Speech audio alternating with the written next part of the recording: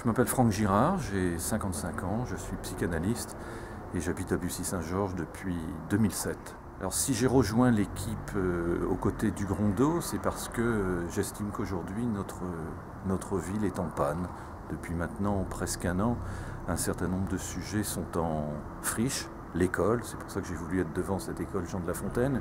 Hugues Rondeau avait souhaité que ce soit la première école numérique de la ville. Il avait le soutien de l'Éducation nationale, il avait un soutien sans faille des enseignants qui étaient très mobilisés.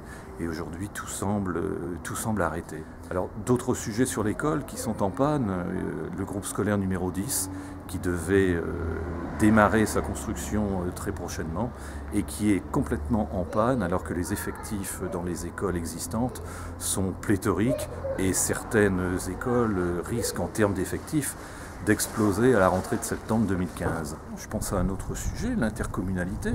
Le Grand Paris, c'est demain matin, janvier 2016, c'est tout proche et on n'entend parler de rien.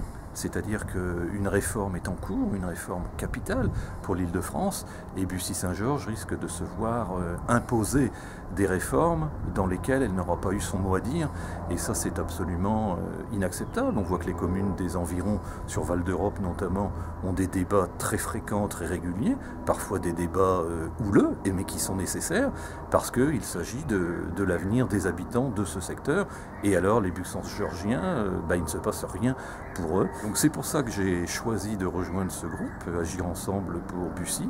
C'est un groupe qui est aux côtés du Grondeau, qui est composé d'hommes et de femmes de différentes origines, de différentes cultures, de différentes, envies, de différents désirs, mais qui aiment profondément leur ville et qui ont envie qu'elle continue à se développer dans l'harmonie et dans le vivre ensemble que Hugues Rondeau avait su mettre en place, notamment avec cette très belle esplanade des religions.